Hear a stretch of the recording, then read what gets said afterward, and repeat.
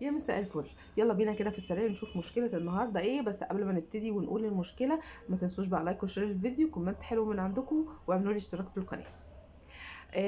اختنا العزيزة بعتلنا بتقول ايه: اخويا كان عندي جايب لي حاجة رمضان، كتر الف خيره، فقلت له اقعد اتغدى معانا فما كانش موافق. يا اختي الراجل داخل كده وشايله ومحمل واجب، طبعا لازم تمسكي فيه يقعد يتغدى. بس هو ما كانش موافق، بس انا الحيت عليه. جوزي بقى جه من الشغل، ولما جه من الشغل بقى طول القعده جوزي عمال يتريق عليا قدام اخويا، ويقول له اختك دي طلعت مقلب، والنبي شكلك انت اللي طلعت مقلب، وكلام من هذا القبيل. اخويا قال له مقلب ازاي؟ اختي عمرها ما كانت ولا هتكون كده، ده انت اللي طلعت مقلب. يسلم لسانك. ما كانش المفروض اصلا ان هي تتجوزك، ما كانش المفروض غير انها تتجوز واحد يعرف ويقدر قيمتها. ما تتكلمش كده عن اختي تاني. فانا زعلت جدا قوي قوي من جوزي. طبعا يا اختي ليكي حق تزعلي، امال ايه. دخلت المطبخ فبقول له ينفع كده تكسفني قدام اخويا؟ قال لي يعني هو سكت، انا ممكن كمان كنت كرشته من البيت. المهم شدينا قصاد بعض وجوزي ضربني، واخويا لما شافه عمل كده راح نازل في جوزي ضرب يستاهل. عدم العافية. يسلم دراعك. وقال له وكمان بتضربها قدامي وقاعد تتريق عليها وانا ساكت لك، اقسم بالله اقسم بالله لو حصلت تاني ما هتكون موجود. راح واخدني واخد الحاجه اللي كان جايبها وراح ماشي. عنده حق طبعا. وانا دلوقتي عند ماما، وانا ولد، وانا والدي متوفي، والكل مغلطه انه عمل كده. طبعا اهلها مغلطين اخوها ان هو خدها ومشى وخلاها تسيب البيت.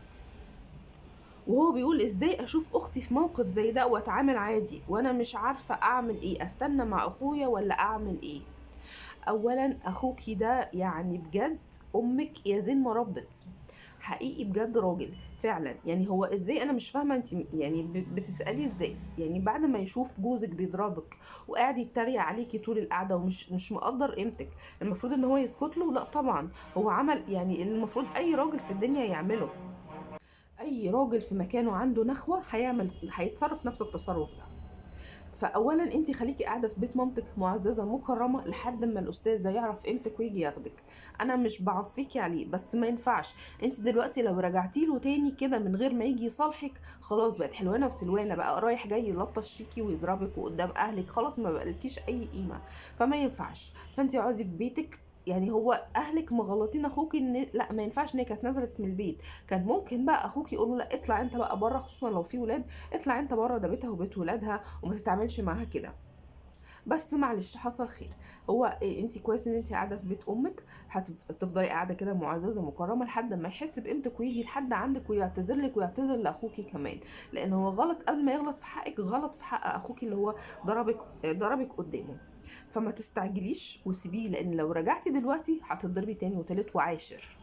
واخوكي مش غلطان، خلي بالك. واي حد يغلطه قولي لهم لا انا موافقه على التصرف اللي اخويا عمله ده، لان اي راجل عنده نخوه وبيغير على اخته وبيغير على عرضه لازم هيتصرف التصرف ده. ازاي يعني يبقى واقف وجوزك يجي يضربك قدامه؟ انا مش فاهمه. يعني ما كانش ينفع يتصرف غير كده. فهو تصرفاته صح، يعني هو كده اتصرف صح. هو كده بيعمل لك قيمه، بيغليكي. فما تنزليش من نفسك وترجعي بيتك كده من نفسك، لازم هو يجي يصالحك ويستسمحك كمان، ويستسمح اخوكي علشان ما يكررش نفس الغلطه دي تاني. وربنا يصلح ما بينك وما بين جوزك يا رب. يا رب الفيديو يكون عجبكم. ما تنسوش بقى لايك وشير للفيديو، كومنت حلو من عندكم، وما تنسوش اشتراك في القناه. واشوفكم الحلقه الجايه.